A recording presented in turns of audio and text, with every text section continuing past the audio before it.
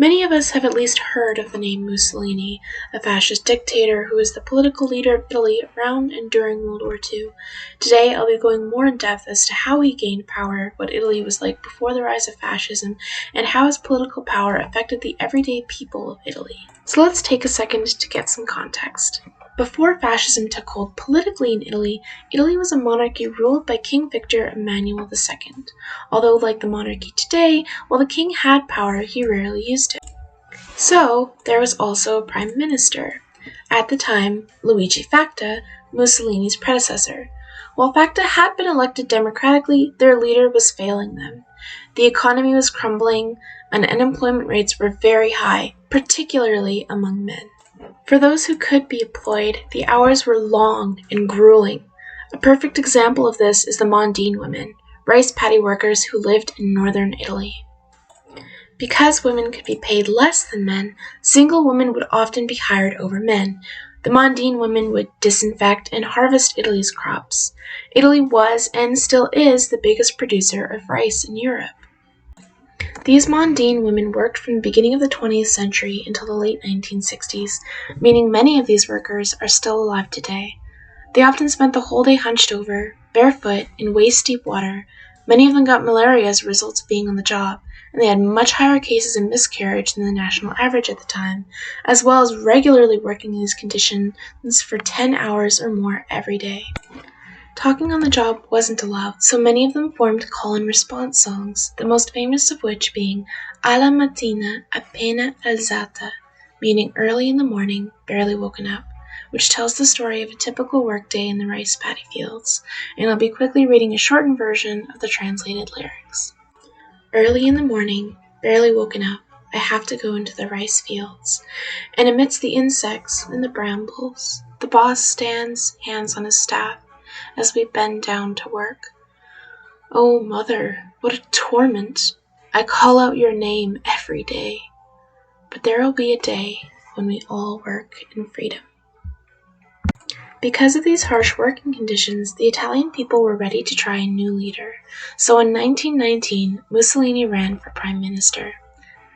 But he lost, so he graciously stepped down and lived the rest of his life in peace. Just kidding, he actually recruited a crap ton of war veterans, also known as the Black Shirts, ordered them to invade Rome in October of 1922, then pretended to be a hero who saved Italy by saving them from destroying more. Real mentally stable guy. The king, who's relevant now, invited Mussolini to make a new government that day. And the day after proclaimed him to be the new Prime Minister of Italy. No problems with that.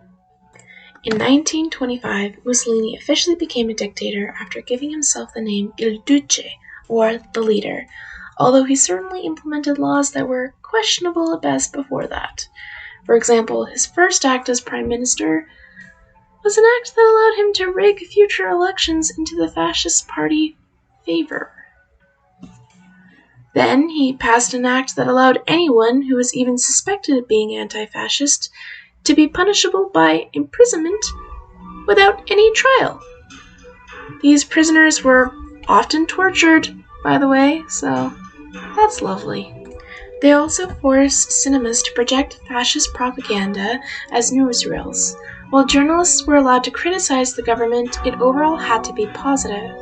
In 1938, Mussolini publicly declared how much he agreed with Germany that Jewish people are, in essence, really bad, and began to implement anti-Semite laws in Italy. Mussolini also began to align himself with the idea of the superiority of the Aryan race, and included Italians within that description, despite the fact that Italians were largely considered people of color at the time, and Hitler described Italians as mongrels. Germany began to view Italy as weak as a result. At this time within Italy, the partisans, or the anti-fascists who struggled to get support due to fear, were beginning to gain more traction in Italy. Despite Mussolini's plan to raise the value of the lira went down after being artificially inflated. The Mondine women openly supported the partisans throughout Mussolini's reign, and somehow stayed alive despite the strict anti-fascist laws. As a result, the Mondina song was adapted into Bella Ciao, one of the most famous Italian songs today and the anti-fascist anthem. They would often march through the streets, singing stronger with every single line. Here is a sample of the song, which I'll follow with my own English translation. Stamattina mi sono alzato, oh bella ciao, bella ciao, bella ciao, ciao, ciao. Stamattina mi sono alzato e ho trovato l'invaso, oh partigiano, portami via, oh bella ciao, bella ciao, bella ciao, ciao, ciao, partigiano, portami via.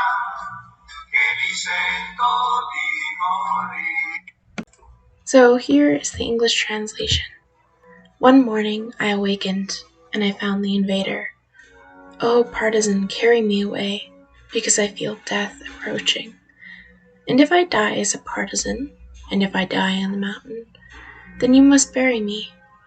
Bury me up in the mountain, and if you have to bury me, under the shade of a beautiful flower, and the people who shall pass, and all those who shall pass, will tell me, what a beautiful flower. This is the flower of a partisan who died for freedom. In 1943, Italians overwhelmingly believed that Mussolini was losing the war, and the partisans had more support than ever. It was at this point that the Allies landed in Italy, and Germany also began to occupy most of Italy. Concentration camps began to be produced in Italy under the new German rule, and more than 8,000 Italians were displaced in these camps, 300 of which were Jewish. The partisans regularly walked through the streets, singing their song as well as fighting the occupying German army and the Black Shirts. That same year, Mussolini was voted out by his own Grand Council after trying to flee. The partisans captured him, and he was killed by firing squad. The Allies helped the partisans push out the Germans, and a couple years after the death of Mussolini, Italy overthrew the monarchy and established a more concrete democracy, which is still in place today.